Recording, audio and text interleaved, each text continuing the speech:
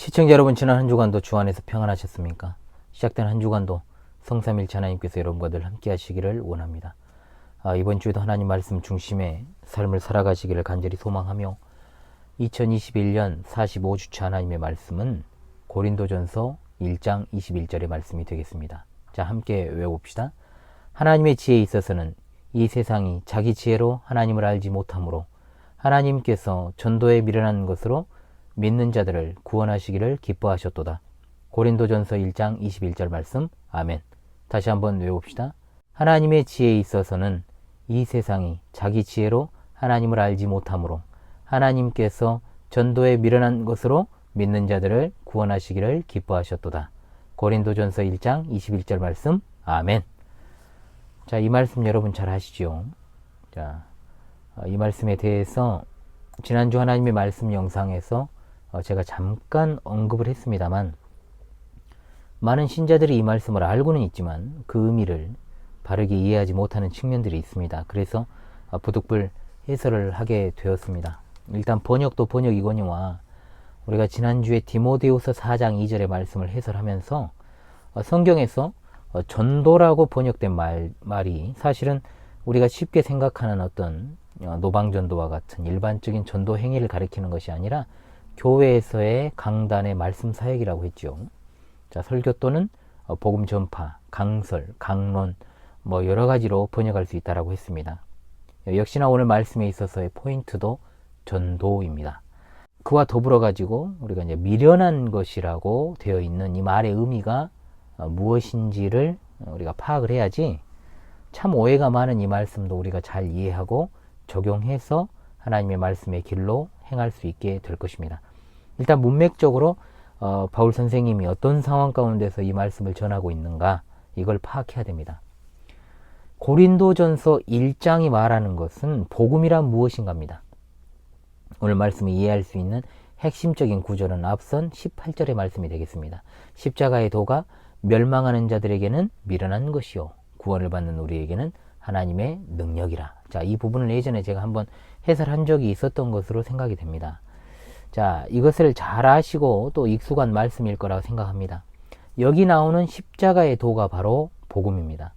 십자가의 도라는 말은 그 십자가의 말씀이라고 번역이 가능합니다. 앞에 나오는 말의 지혜와는 대조가 되는 것이죠. 즉 십자가를 통해서 구원받게 되는 진리, 이것이 바로 복음입니다. 십자가에 달리신 예수 그리스도를 믿는 것 외에는 우리가 구원받을 수 있는 방법이 없습니다. 그렇습니다. 구원에 있어서 유일한 방법이 바로 십자가의 도입니다. 그런데 이것이 멸망하는 사람들한테는 참으로 미련해 보이는 가르침입니다. 어리석습니다. 비이성적입니다. 우둔합니다. 무가치합니다. 아니, 사람이 어떻게 십자가에 달려 죽은 사람을 통해서 구원을 받을 수 있는가? 말이 되느냐? 세상에 그런 미련한 내용을 믿는 사람이 어디 있느냐고 멸망하는 사람들이 말을 한다는 겁니다. 목 상태가 좋지 않아서요. 자, 그런데 그 십자가의 말씀이 구원을 받는 우리에게는 하나님의 능력이 된다라고 했습니다. 능력. 멸망과 구원이라는 말이 대조되고 있죠. 자, 분명 다수의 사람들은 십자가의 도를 미련한 것으로 여겼습니다. 특히 헬라인들을 비롯한 이방인들에게 이 내용이 미련하게 비춰졌다라는 것이죠. 유대인들은 십자가에 달렸다는 것 자체가 저주를 받는 표식이기 때문에 거리끼는 것이었죠.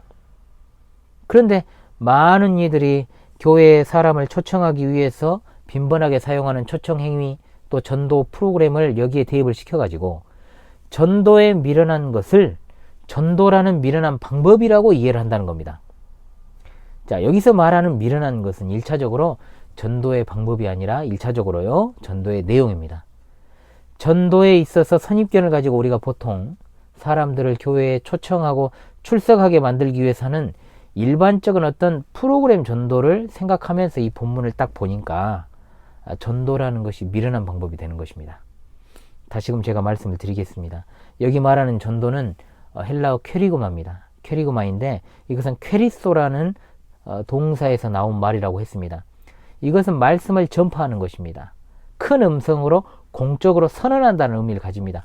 공포하다는 말도 들어있고 선포하다는 것도 되고 설교하다, 전도하다, 공경원이 말하다, 종교적인 내용을 전파하다 등으로 사용되는 것입니다. 교회에서 목사가 강단에서 하나님 말씀을 바르게 전하는 행위를 가리키는 말로 사용된 것입니다. 성경에서 전도, 가르침, 강론, 권면, 증언 매우 다양하게 오늘날 우리가 말하는 설교를 가리키는 단어로 사용된 용어다 이 말입니다. 다른 번역본에서는 이 부분을 어떻게 번역을 하고 있을까요? 바른 성경에서는 선포의 어리석은 것, 한글 제네바 바이블은 전도의 어리석은 것으로, 새번역 성경은 어리석게 들리는 설교, 공동 번역은 어리석다는 기쁜 소식, 현대인의 성경은 전도의 말씀, 한글 킹제임스 성경은 복음 전파의 어리석음, 현대어 성경에서는 어리석고 바보 같다고 말하는 그 하나님의 말씀이라고 다양하게 번역하고 있습니다만, 그 의미는 설교 사역이라는 맥락에서는 다 같다라고 볼 수 있고, 어리석고 미련하다는 것에서 일치를 보고 있습니다. 자, 그렇다면 설교가 어리석고 미련한 방법이라는 것인가? 물론 이것이 맞는 말입니다만 표면적으로는 단순하게 그렇게 이해해서는 안 되고, 사람이 보기에는, 즉 특히 그 당시에 헬라인들이 듣기에는 정말로 말도 안 되는 그 설교의 내용이 어리석고 미련하다는 겁니다.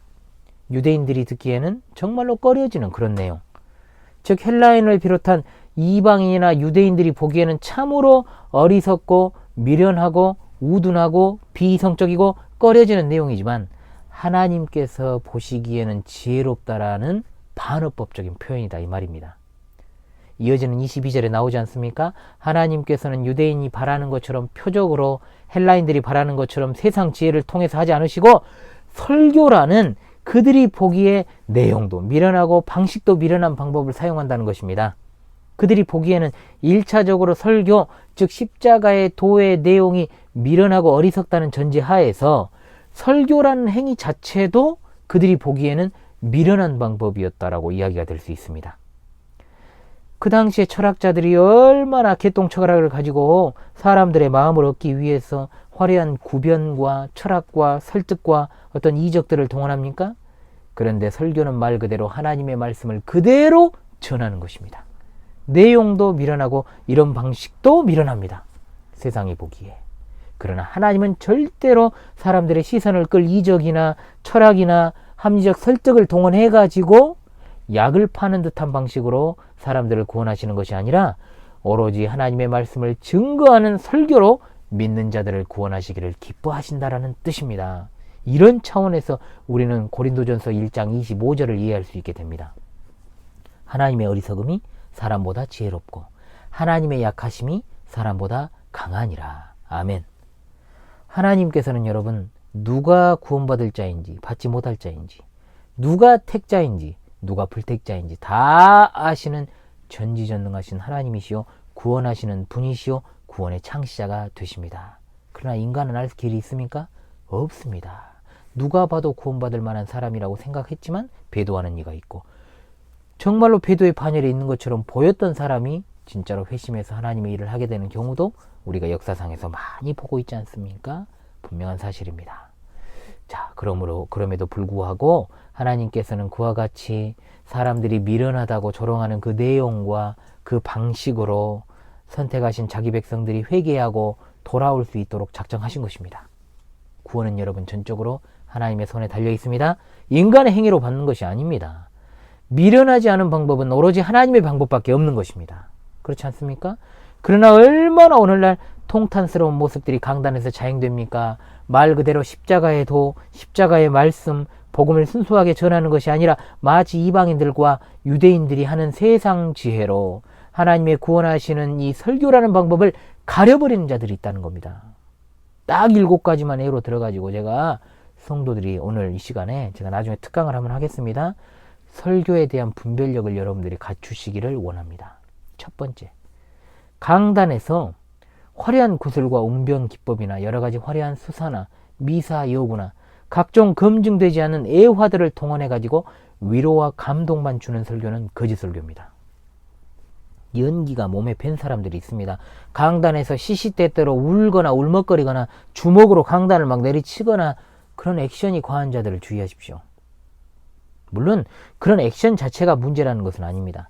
그러나 분명히 그런 행위를 통해서 특히나 감정적으로 이완되기 쉬운 한국 민족에게 위로와 감동만 주려고 하는 설교는 감성에 치우칠 수밖에 없고, 보통 그런 행위는 설교라기보다는 거의 선동에 가까운 행위라고 볼 수 있지요. 한국에서 먹혀왔고 지금도 먹힙니다. 두 번째입니다. 본문과 전혀 상관없는 설교는 거짓 설교입니다. 마치 유튜브 영상에서 걸어놓은 이미지는 진짜 그럴듯한데 딱 들어가서 들어보면 막상 내용은 없는 그런 것과 같다는 거죠. 본문에 대한 해설과 적용이 없는 것 설교 아닙니다. 말 그대로 이런 설교를 하는 자들은 성경 본문을 갖다가 예로 들면, 여러분 올림픽 때 이제 도마 선수들의 그 연기를 보지 않습니까? 그럼 도마 선수가 이제 그 연기를 하기 전에 어떤 일을 합니까? 자, 발을 점프하기 위해서 딛는 게 있죠. 점핑보드라고 우리가 보통 부릅니다. 자, 쉽게 말해 하나님 말씀을 점핑보드 취급을 한다는 것입니다. 이것을 우리가 분명히 기억을 해야 됩니다. 이런 식의 설교는 분명히 거짓 설교입니다. 세 번째, 아멘을 강요하는 설교를 주의해야 됩니다. 자, 아멘을 인위적으로 유도한다고 해서 거짓이 진실이 되는 것은 아닙니다. 아멘을 거의 추임새처럼 쓰는 자들이 있습니다. 보통은 개차반 같은 자신의 설교를 감추기 위한 하나의 방편입니다. 특히 아주 대형 교회 같은 경우에는 성도들이 알아서 아멘이 나오니까 거의 추임새처럼 그렇게 아멘을 유도를 하지요. 자, 이것도 주의를 요합니다. 그리고 네 번째입니다. 설교를 갖다가 말할 때 은혜를 나눈다라고 표현을 하거나 설교 시간에 자기 생각을 이야기하는 자들을 주의해야 됩니다. 자, 가령 예를 들면요. 저는 이 본문을 보면서 이런 생각을 해보았습니다. 저는 오늘 이런 감동을 갑자기 받았습니다. 하나님께서 갑자기 제게 이런 생각을 주셨습니다. 오늘 하나님께서 저의 설교의 방향을 바꾸셨습니다. 오늘 저는 여러분과 함께 은혜를 나누고자 합니다. 미안하지만 이런 말을 하는 자들은 둘 중 하나입니다. 여러분 잘 기억하십시오. 설교의 기본도 모르거나 아니면 거짓 교사일 확률은 없습니다. 저는 교계에서 제 주위에서 이런 말을 하는 자들을 많이 알고 있습니다. 여러분이 조금만 분별의 눈을 가지고 보면 다 보이고 다 들립니다. 하나님의 사람은 하나님 말씀을 분별합니다. 양은 목자의 음성과 사꾼이나 가짜 음성을 구분합니다. 이런 어떤 전제를 가지고 자기 생각을 이야기하는 자들을 주의하십시오. 다섯 번째입니다. 설교 시간에 사람들을 웃기는 자들을 주의하십시오. 나중에 이 부분을 제가 제대로 이야기하겠습니다만, 신구약 성경 어디를 봐도 정통 교회에서 어떤 신실한 주의 종도 설교 시간에 사람들을 대상으로 해서 웃긴 적이 없습니다. 일부러 설교 시간에 장난을 치는 만큼 사람들은 하나님의 말씀을 무겁게 여기지 않습니다. 절대적으로 설교를 하지 않고 예능을 하는 자들에게 화 있을 것입니다. 분명히 기억하십시오. 여섯 번째입니다. 신학이 없는 설교를 주의하십시오. 이런 자들은 유행 따라 목회하는 자들입니다. 교단의 신학이나 교리에 대해서 의식이 없습니다. 그래서 그때그때 골라잡아 설교를 하기 때문에 일관성도 없고 양들에게 신령한 꼴도 내려주지 못합니다. 그리고 마지막으로 이중음성 내는 설교 주의하십시오. 목사가 한 입으로 두 말 하는 것, 그것은 일반적으로 두 가지 이유 때문입니다. 자, 분명한 것은 한두 번은 실수일 수 있습니다. 그런데 빈도수가 굉장히 작고 자신이 인정한다? 멍청해서 그럽니다. 즉 자기가 한 말을 갖다가 기억을 못하는 겁니다. 그리고 너무 자주 그런다? 의도적인 것일 수 있습니다. 여러분 기억하십시오. 제 경험상 실수 아니면 의도지 멍청해서 그런 경우는 없어요. 실제로 목사님들이 어지간해서는 다 그래도 공부를 하신 분들이니까. 그런데 자기가 한 말도 기억 못할 정도라면요, 목사를 그만둬야죠. 그렇지 않습니까? 의도적인 이중음성을 주의하란 말입니다. 그것은 사탄의 종자일 수 있기 때문에, 그래서 우리에게는 말씀을 분별하는 능력이 필요합니다. 자, 이 부분에 대해서는 제가 나중에 특강으로 한번 다루도록 하겠습니다. 사랑하는 시청자 여러분, 세월이 아무리 흐르고 우리 주님께서 내일, 아니 잠시 후에 당장 오신다고 해도 정말로 하나님의 말씀은 불변하는 것입니다.